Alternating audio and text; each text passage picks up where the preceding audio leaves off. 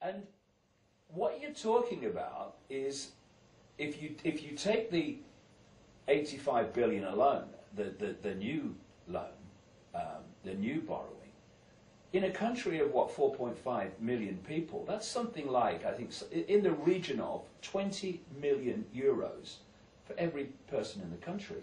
You add the full total of the previous bailout, it comes to about 135 billion euros. You're closing in around 30 million euros for every citizen in the country. Mm-hmm. I mean, it's beyond belief. Now, there's 4.5 million people in Ireland. You could make every single one a euro millionaire with just 4.5 billion euros. If you want to. Yeah. And see, this is the whole point. Instead of bailing out the banks, they should have been helping the people stay in their homes. Anyway, if they have the money to pay their mortgage, well, the banks are going to get that anyway. But target any money on keeping people in their homes. This is like subsidizing the thugs. It's giving that money to the cause of the problem, yes, so they can throw out of their homes those who are now in hock for generations to bail the people out of the problem they've created. I mean, we can go round and round and round with this all day, picking out the levels of extraordinary injustice that involved in this. And corruption, yeah. And not only that, in America, probably happening around the world as well, in America, these banks, which have created the problem, I'd say at the family controlling level on purpose, so that they can now offer a solution which is a centralized global financial system. Yeah, because this is problem, reaction, solution. Yes, what I call problem, reaction, solution. I mean, you know, people are now looking at the crisis of the euro, right? The crisis of the euro has been manufactured to force the countries of the European Union to accept a European Union central control of all the economies of Europe. That's what it's about.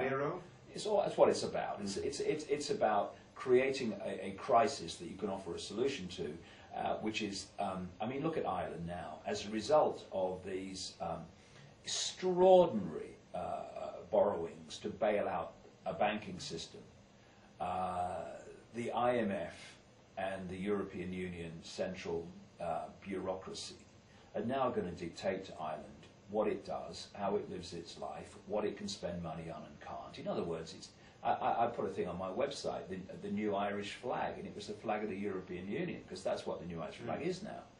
And yet, when you take a deep breath and you look at it, then these economic situations, in terms of their effect upon people's lives, can be sorted out with a fraction of the ludicrous amount of money that are being thrown at the banks. Let the banks go.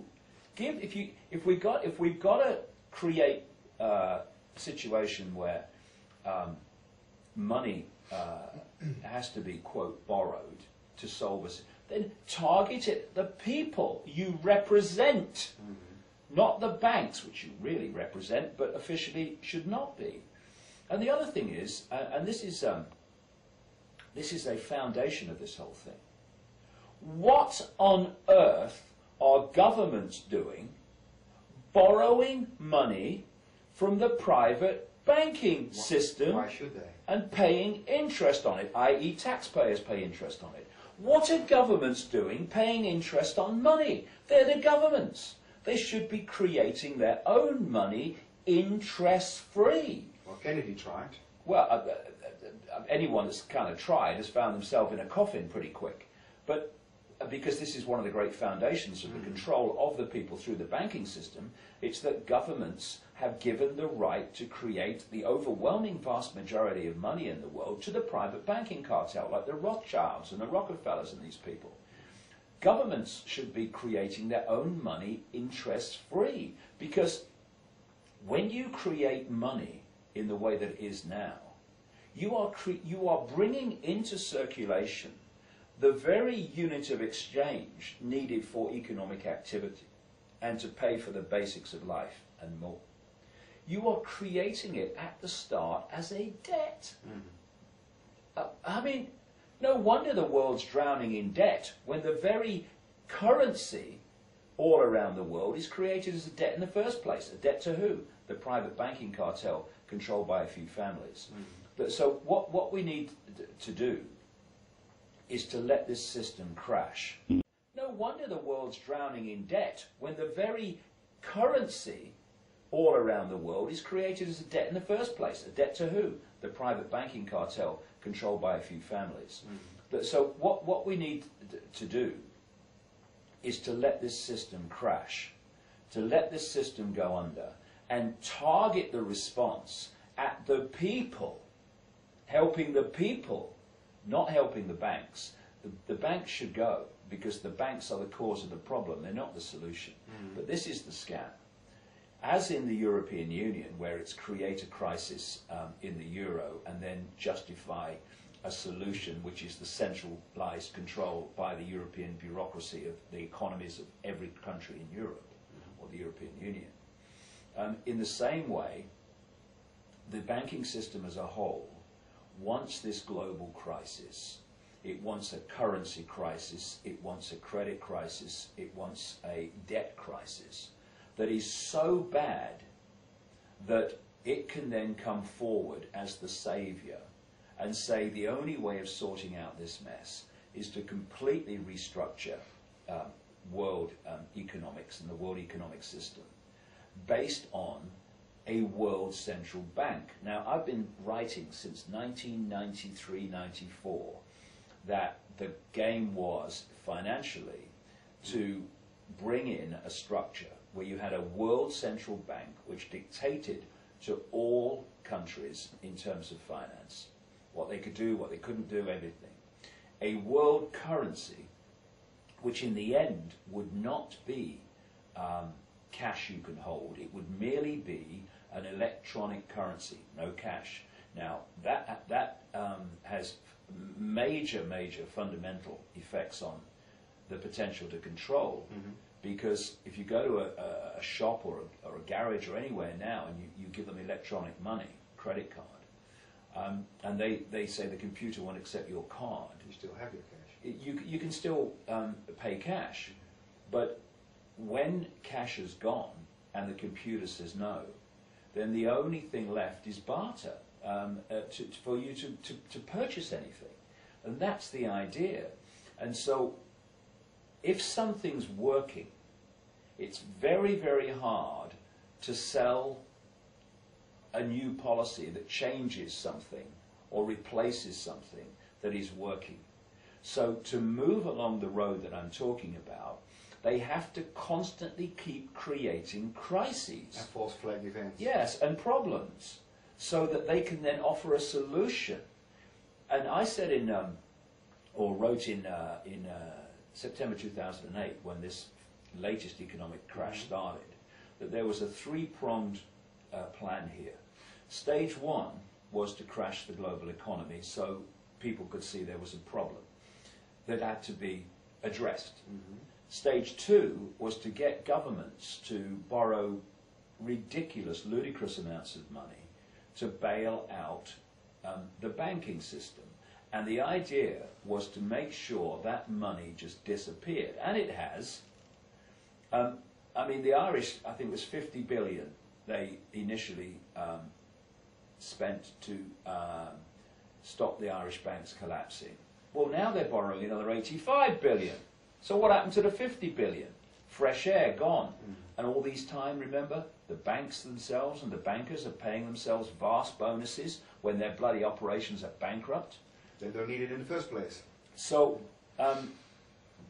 that was stage two, to get governments to basically empty the barrels in terms of being able to react to this economic crisis, because they've borrowed so much money and it's disappeared. That's stage two. Stage three is to crash the global economy again at a time when governments no longer have the ability to respond, You can't recuperate. even in the ludicrous way they responded the last time at stage 2 of this sequence. And then the idea then is the banking system, those who control it, come forward and say the only way to sort out this mess is to restructure the global economy, and it will be based on the World Central Bank, the single electronic currency. Eventually, that won't necessarily happen immediately, that part of it. Mm-hmm. And here we have now major people, not just politicians, but the bankers and around the various parts of the system, that are now talking in unison about the need for some kind of central World Central Bank. It's all a scam, and the people are being used as pawns in this game, and we don't have to be. And it's becoming more obvious by the day, because it's no longer, we call it a tiptoe totalitarian technique, the step by step, because otherwise the democracy and the people can see the scam, but now it's in your face, actually, yes, it because is. It's at the end. Yes, it is.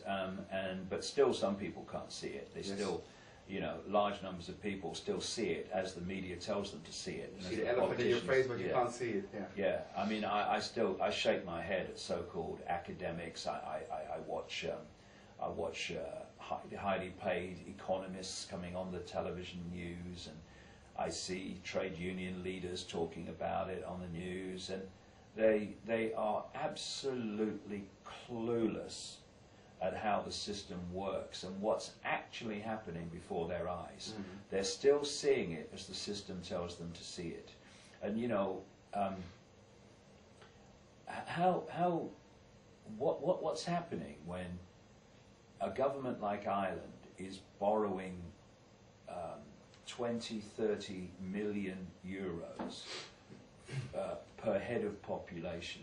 You give everyone of the population 5 million euros. Problem solved. And it would still be a fraction of what you're actually borrowing to bail out banks that are in such a mess from the big picture point of view, not necessarily those that work for the bank, certainly not, but from the banking system point of view, in a terrible mess on purpose, by design.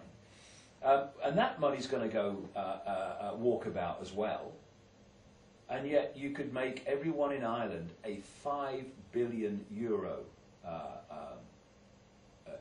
given that amount of money in wealth, for a much, much less. So they're cashing in, they're reinforcing the effect you want to achieve, and they're setting the scene for the great false flag event, which becomes a new world order, a new world religion in the end. Because that's and also the microchip population comes in here, because I believe you call that the next step. You have the cashless society, and then probably the microchip, which basically tells everything about your financial system, your health, and everything. Yeah, well, the microchip I've been writing about for a long, long time, right back into the really pretty much the early 90s, and which has become true. They're already doing it, and they'll use terrorism. I mean, when you think that you can't, in America now, increasingly in more and more airports, actually get on an aeroplane with your family and your children without being either photographed basically naked in these full body scanners, or if you won't do that or you opt out, to be patted down in a way that would get the downer arrested in any other situation in society, then how far are we away from you can't travel unless you're microchipped, you can't have a bank account unless you're microchipped, because we have to protect people from terrorism, when actually we're the terrorists, but we'll blame someone else. Yeah. We are in this. I've been talking for years about how humanity's at a fork in the road, where we're now at the point where we decided we're going to